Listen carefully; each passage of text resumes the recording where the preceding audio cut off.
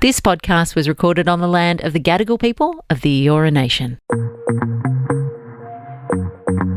Hello and welcome to The Real Story. Joe Hildebrand with you. And this week, it's Armageddon.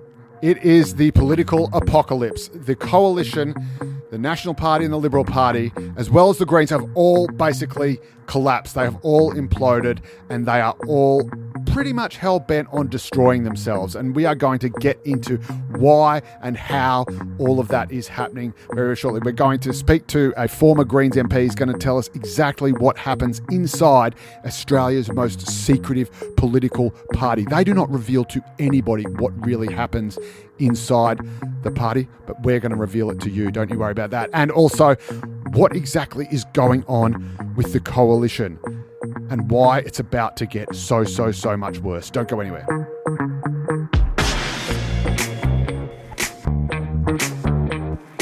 So the biggest story this week has been the absolute self-immolation, the complete and utter destruction. We are talking a burn the village, scorched earth policy of the coalition. The coalition is no more. There is no coalition. The National Party has said they will no longer operate in coalition with the Liberal Party. What does this all mean? Well, it means for the time being, they will have two different shadow front benches.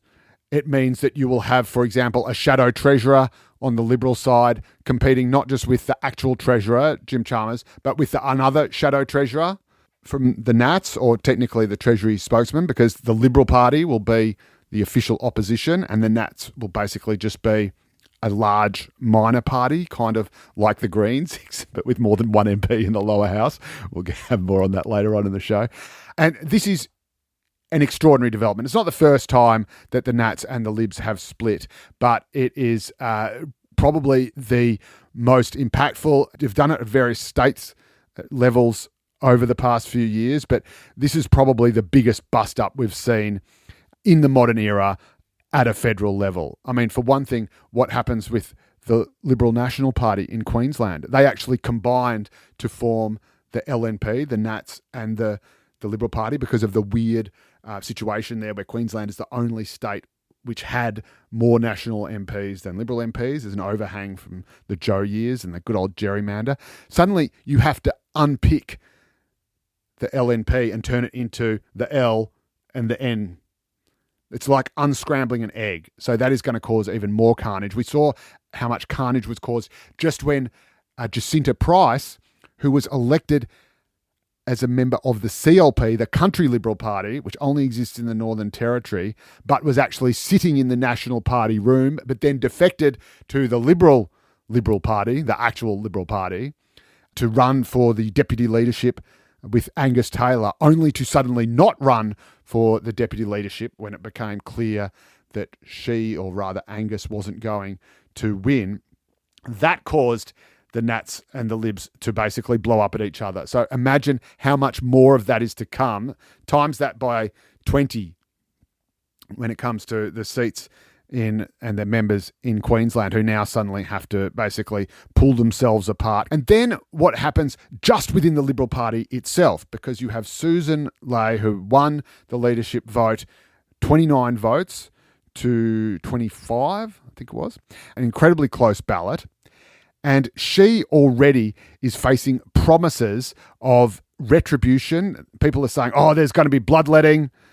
And this is the thing, the bloodletting is meant to happen before the leadership ballot. That's why you have the leadership ballot, to resolve all the bloodletting. But then when you get a candidate that's saying, well, now that you've won, you're done.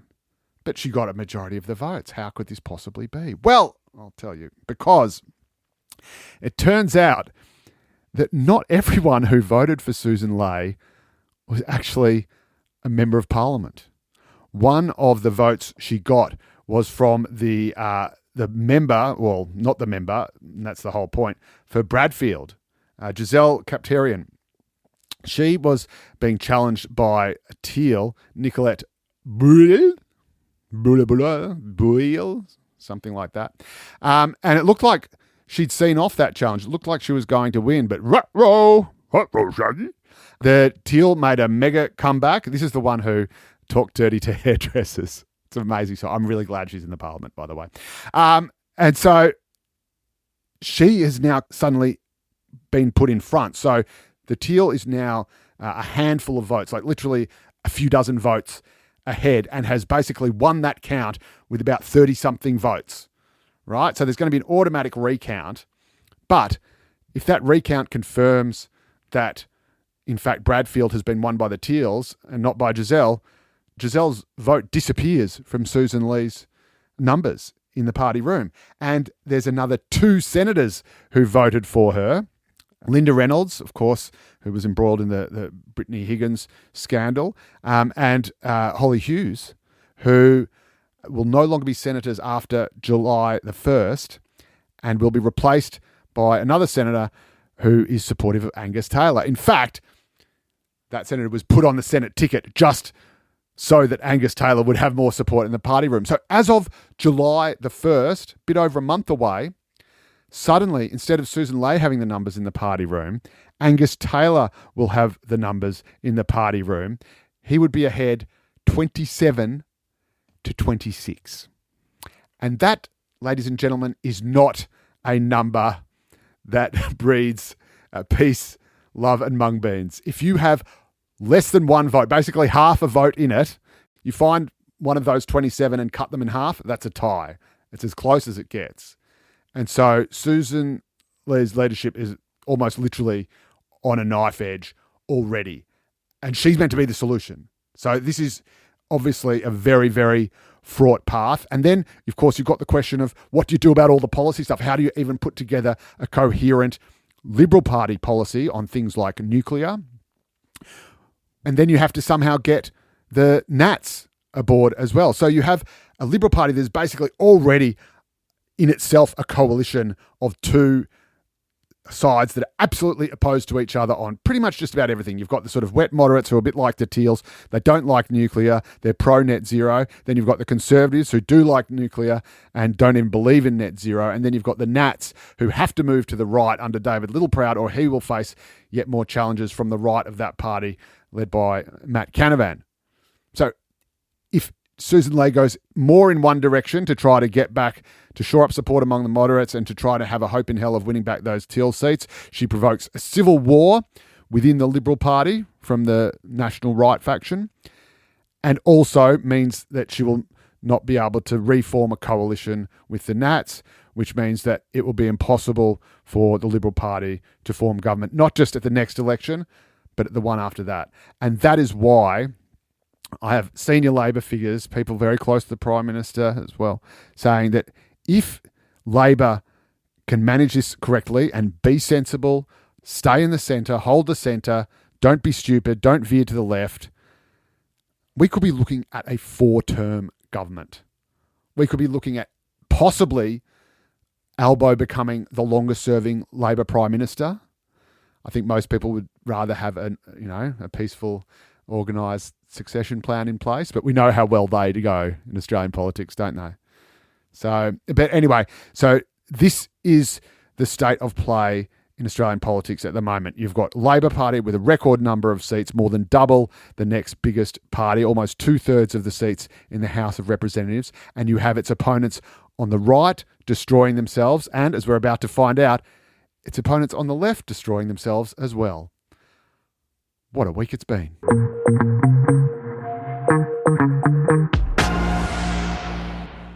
So the other big story of the last week or so was the election of, or was it an election? We don't even know. Maybe they were just divinely appointed by God. But we have a new Greens leader. And this is after the former leader, Adam Ban, who led the party for years, lost his own seat of Melbourne, along with 3 out of the 4 Greens in the House of Reps, who were absolutely annihilated. The sole remaining member is the member for Ryan. You don't know who she is. I don't know who she is. Nobody cares who she is. But what is actually going on in the Greens? How did they elect this new leader? It's Larissa Waters from the seat of Queensland. What happens behind the closed doors of that party? Because, of course, when the Labor Party or the Liberal Party elect a new leader, we know what happens. We know who the contenders were, how many votes each of them got. In some cases, it actually goes to the members of those parties. With the Greens, we know nothing. It's just a closed shop, much like the internal workings of their hive mind. It's all just emptiness, nothingness, and darkness. And so I thought we'd get someone who has an insight into the mysterious, enigmatic inner workings of the Greens political party. He's a former Greens MP himself. He left because he was so frustrated about their processes and saw the direction the party was heading in. And he's very much a friend of the show. Jeremy Buckingham, how are you, my friend? Hey, Joe. Great to be with you, mate. Great to have you and to have you back. We'll talk about what you're up to these days shortly. But firstly, I want to just take you back, if it's not too traumatic for you. I don't want to trigger you. But the Greens, you were an upper house Greens MP in New South Wales for many, many years. How does the party actually go about electing a new leader? Because this is a very nebulous process and we never actually seem to find out who voted for who or what the factions are. We know there are factions in there, but just talk us through the inner workings of that first of all. Well, it is nebulous. I don't even know. I've got a guess. It is opaque. It is very unclear to any reasonable person what is going on in the Greens. They do it by what they call consensus. Yeah. So whatever that Otherwise means. gets me suspicious. Yeah, I know, consensus. But really, they just get together on the phone and just work the numbers over. That's right. Do it beforehand, then have a party room so they don't have to have a vote because they've essentially worked out what the numbers are beforehand because they only have 8 or 9, 10 members. So, even they can do that sort of maths and work out who's going to get the numbers. And what we saw with the election of Larissa Waters was she got strong-armed into the position because they had two front runners, Sarah Hanson-Young, which nobody liked in the party, or Maureen Faruqi and her type of politics, her super hard left politics had just been smashed by the electorate. So they had to frog march someone into the position, and that's Larissa Waters, who's a pretty vanilla candidate. That's right. So beige. Sarah Hanson-Young, I think, is the most sensible of the lot. That's not saying a great deal, but she is. She's a cut-through politician, Sarah Hanson-Young. That's right, and she's probably the one Green senator who most people will have heard of and would know who she is. She's been there the longest. She's been there for 20 years. They would have heard of her. She gets and have cut the most through. voter recognition, as Exactly. you say, and would get the most votes out of any of the three contenders. Then you've got Maureen Faruqi, who's probably the most popular among the Greens' hard left membership base. But instead of either of those two, you get Larissa Waters, who, like you say, is the most beige possible candidate. I don't think anyone could point to anything she actually, in particular, stands for or has achieved or has. Well, from 100 metres, she's a teal. Yep, She's exactly the same demographic, same politics, really, as a teal. She's in inner Brisbane, middle class, professional, white Anglo-Saxon, and so from 100 metres away, she's just another one of those teals. What she really represents is a massive regression for the Greens because for a long time they were really going after those teal seats, those electorates. They tried to win seats like a McNamara, Wentworth, inner city progressive seats, right. going after. Well, they won the state seat of Paran in Victoria. The which state is seat of Paran, Teal Heartland. Teal Heartland. They were going after those seats. They were going after back then the Chardonnay set when people drank Chardonnay, and the doctors' wives, or doctors' husbands, however you want to say. But they were going after that. Bob Brown was really targeting those about 10 years ago. But Adam Bant reset the party, set them on a really social, they call it social justice, but it was a socialist agenda. People like David Shoebridge, Maureen Faruqi, the much more hard left branches of the party came to the fore in New South Wales and Queensland, and those people were sidelined. And now what you see is the Larissa Waters, probably at the urging of people like Bob Brown and former leaders like Christine Milne, being pushed to the front, and she's going to be split apart by the base of her party, who want her to, part of the electorate, the voters of the Greens will want them to be conciliatory with Labor, get things done, but their new base, the people that they've brought in over the last 10 years, want them to attack Labor, oppose them, and that is just a dead end for the party. And this is something that a number of Labor figures have said to me in recent days. One, in fact, sent me a message after a column I wrote on the weekend, basically excoriating the Greens for a number of reasons that you said, and said, great column. In fact, I've already written it myself. So he'd written the exact same thing a few years ago when he was just in a rage, went on an epic rant. And again, so this idea that Labor is somehow Greens light or the Greens are Labor light is actually a complete falsehood. I know a lot of people on the right think they are just two sides of the same coin, two peas in a pod. Among the sensible sort of centre, the nerve centre, the smart people, the people in charge of the Labor Party, they hate the Greens, and they hate the Greens for exactly the reason you said, which is that the Greens' ticket to survival relies on no progress being made. It relies on Labor failing. That's right. They want the government to fail. Their catch cry, one of the terms that was often used is the worse things get, the better. So you don't take a compromise. You don't take a small win on the way to a bigger win and real progress. You want things to absolutely collapse. That way you get economic ruin or ecological disaster, and you can write your ticket to the revolution. That's the worse the better. That's what they wanted. It's why they voted against the CPRS. It's why they've voted against the housing reforms. It's why that they, when the government was putting forward the safeguard mechanism for action on climate change, even though it was a massive step forward to cutting national greenhouse gas emissions, they didn't want to do it because it took climate change off the agenda. So they wouldn't take an ecological and environmental win because they were taking a political hit. And people saw through it. People in the centre went, like, if you're in an emergency, do everything you can, take every meaningful action, bank it, and then move on to the next thing. They didn't do that because the Greens were about...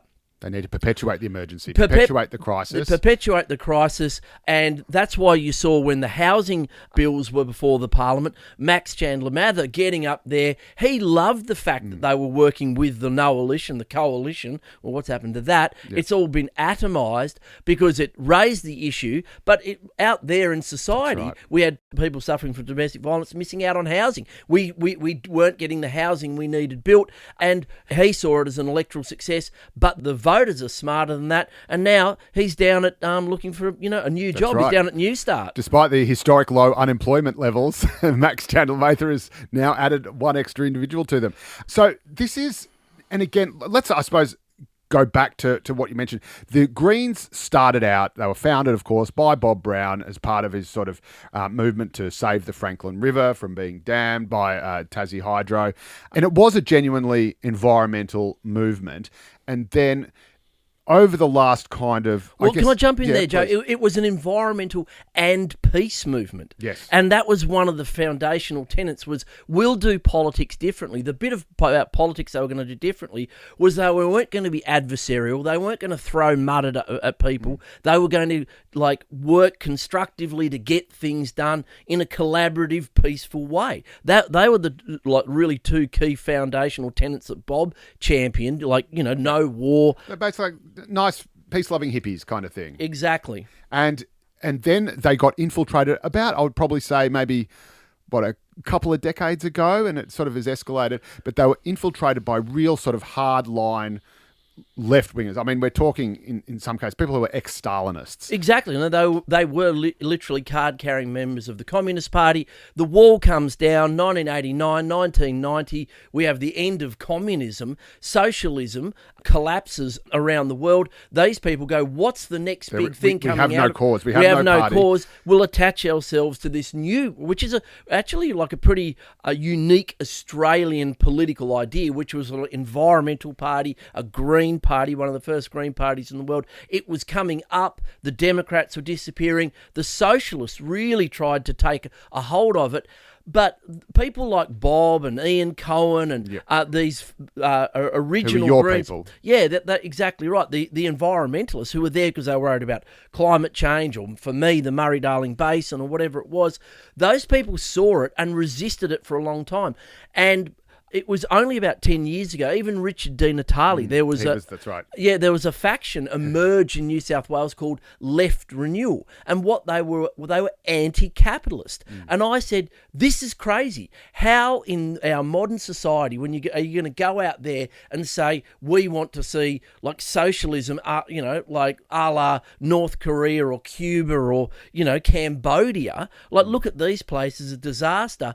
How are you going to sell that? Where's it worked? Yeah, Where's it hasn't worked Where has anywhere. it worked? And a society that's dominated by free enterprise, innovation, productivity, and people doing their own thing with some good social safety nets. They made the jump from social justice to pure socialism, and they've run up a dry gully. Yeah, that's right. And so, firstly, and this is why I want to skewer this idea of consensus. In fact, there are factions within the Greens. There is the moderate kind of sort of more genuine environmental faction that wants to work within the system to get the best possible environmental outcomes. And then you have these hardcore trots, who are left renewal, as they call themselves, but basically sort of card-carrying commies. I believe Adam Bant was actually a Marxist at Melbourne Uni, which is, of course, the more sort of, Ivy League, the uni, the more Marxists you're likely to have there. We were all student socialists back in the day, but at least I moved on. But so they're coming into the party, and suddenly they have this much broader, more revolutionary agenda. And Adam Bant has obviously spoken about, basically eating out the Labor Party, governing first in coalition with the Labor Party or being a joint opposition as the sort of left rump of the Labor Party, then gradually eating it out until the Greens become the dominant opposition force, and then presumably leapfrog into government when the opportunity arises. That's exactly right. And one of the strategies was to go to the more left-wing unions and to find those people in those left-wing unions and really try and take over some of those left-wing unions, in particular in New South Wales. New South Wales was the epicentre of it. It's where the Communist Party was the strongest in Australia, and it's where those people then went and said, okay, our strategy is we're going to take over some unions, affiliate those unions with us, and basically adopt the policy, the form of the Labor Party and go after the Labor Party. And I always thought it was utter madness. Yep. I was going, the Labor Party is the union movement. The union movement is the Labor Party. We're never going to come between those two. And it's just a cynical exercise that'll be smashed back in your face if you do it. And that's exactly what happened. Max Chandler Mather did it, stood up with the CFMU in Queensland, and stood in front of a sign that called Albo a Nazi. And so I think a lot of reasonable people looked at that and went, hey, that's not very peaceful language. We know Albo's not a Nazi. We know Albo's had some pretty left-wing views in his time, but he's trying to govern for all Australia. He's trying to get the Labor Party into power so he can do good things. Yep. And you're out there when there's clearly something gone wrong with the CFMU, using that as a political opportunity to kick Albo right in the Jats crackers when he doesn't need it. And it was just, they really did treat people like they were stupid. They were supercilious, condescending, we know best, and people saw right through it, and hence they got wiped out in the lower house. A massive setback for them, puts them back 20 years, and even in the Senate, they've had big swings against them, and a lot of other small micro parties, both from the sort of centre-right and centre-left, emerging that are going to challenge them going forward. That's right. And there's other things going on in the party that's even more sort of insular and crazy, like the Victorian Greens are tearing themselves apart over trans issues, which you wouldn't have thought was high on the agenda of a party that says that climate change is going to destroy us all. You're not even allowed to have the conversation, and that's what people don't like. If a political party doesn't even allow itself to have ideas, like, you're clearly going to have groupthink, and what they did is they frog-marched all the feminists, and especially the lesbian feminists, out of the party, and those people had been around for a long time fighting for women's issues. Now, they had a different view on the trans issue, but they weren't even allowed to say it. Yep. It's like these are things, and it goes back to this socialist tendency, which is there's the correct way of seeing things, and if you don't see it like that, then you're out in the rice paddies planting rice, being getting re-educated. Yeah, like the correct thinking. Yep. This is incorrect thinking, and you spend 6 years planting rice for your sins. And again, it sounds hysterical even to be having this conversation, but this is actually happening. Like, this is the way that these people think, that these people are incubated in socialist thinking, in Marxist ideology, and they are now seen to apply it. The other interesting thing, of course, is that the Greens talk about transparency or accountability or whatever. There is zero transparency in any of their party mechanisms, their national conferences. There's no media, behind closed doors. Nothing is publicly revealed about what happens. And again, even with the election of a leader who has the power to basically kill off legislation in the Australian Parliament, they pretend that, in fact, there was this consensus. Oh, yes, we all, despite there clearly being three contenders, each of whom wanted to be leader, apparently miraculously, every single member of the Greens party room reached an agreed position that it would be Larissa Waters, which is patently obvious. Half the party room wanted Marine, half the party room wanted Sarah Hanson-Young. They realised that if either of those got it, they'll go to war. So they went, okay, the compromise is Larissa Waters. But how ridiculous that someone in Australian politics with that outrageous amount of power over legislation, the party doesn't even say who the candidates are. They don't even. Right. They're not even allowed to say to their party members what I stand for, the direction I'm going. It's just this black box. In they go. They spit out Larissa Waters, and like she's on borrowed time because the activist base that they've brought in, this hardcore socialist activist base, literally out of like the Victorian Socialists and the Socialist Alliance, they are going to turn on her unless she does the performative dance that they expect in terms of issues like Israel and Gaza, blocking legislation, the environmental planning legislation that Labor's going to put forward. You know, unless they make unreasonable, I think, claims in that area and block it, then she'll be for the block as well, and we'll end up with Marine Faruqi. Yep, get taken out the back like all. And this is the other thing. So you've got membership, as you say, that overwhelmingly wants a even more extreme, more left-wing figure as leader, i.e. Marine Faruqi. And yet, unlike other parties, and it was a mistake I think that Labor made, and it will probably end up undoing because they end up having a lot of consensus leadership battles as well because they don't want to send it out. But at least Labor has on its books that the membership has a role of 50% weighting in deciding who the next leadership is.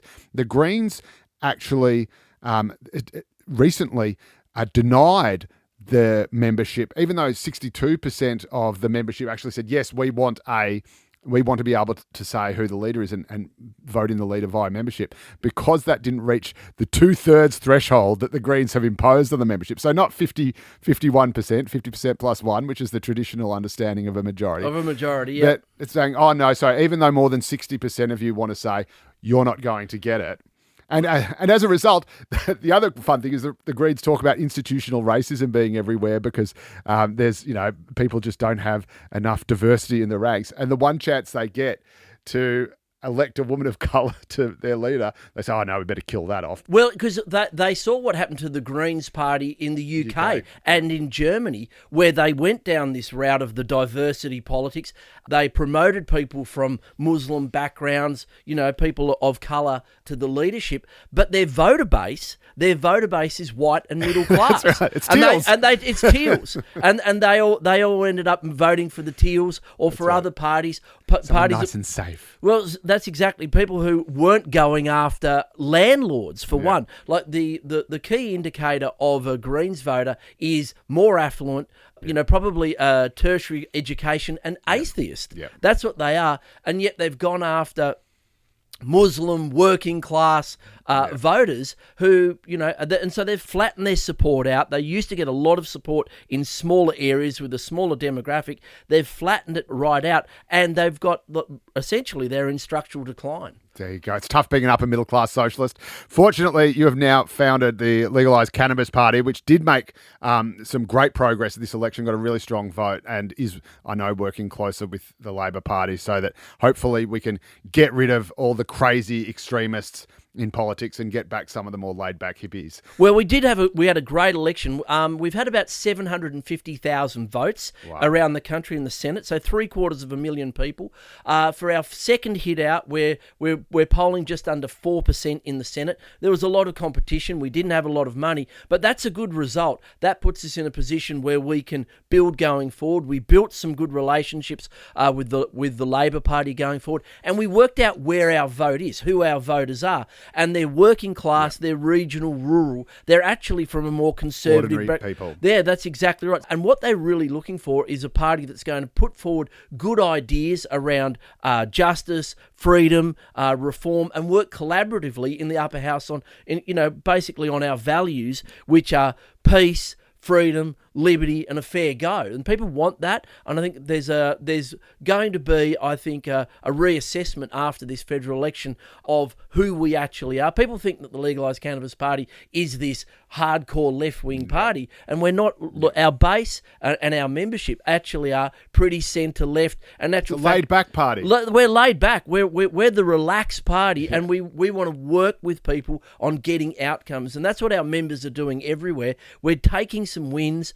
We're not getting in the way of other people's agendas either, just for the sake of it, just to grandstand, just to get yourself in the paper. And that's what the Greens have done again and again and again. They've been sanding the gears to real change. And we want to talk about sort of practical environmentalism and alternative new industries like hemp, deal with bioplastics, create a new big medicinal cannabis industry in the country, because some of the big environmental issues that the Greens have championed, like climate change, really come off the boil. We're essentially going to be at net zero in the next 10 years when the last 3 or 4 power stations in this country close. So what's next? Well, we need to reform agriculture, sustainable ag, clean up our waters, those things. But the Greens don't want to talk about that because it always has to be a disaster so that they can, sweep to power on the panic that they create. Exactly. When Australia wins, they lose. Jeremy Buckingham, founder of Legalised Cannabis and former Greens MP, thank you so much for joining us on The Real Story, mate. Thanks, Joe. Always a pleasure.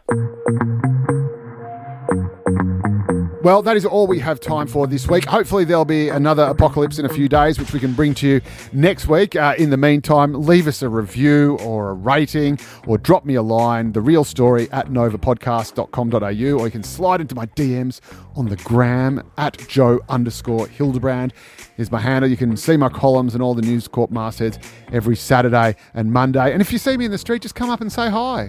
Say, how you going? Love your work. Thanks for saving the country. I get it all the time, but it'd be nice to hear it from you. See you then.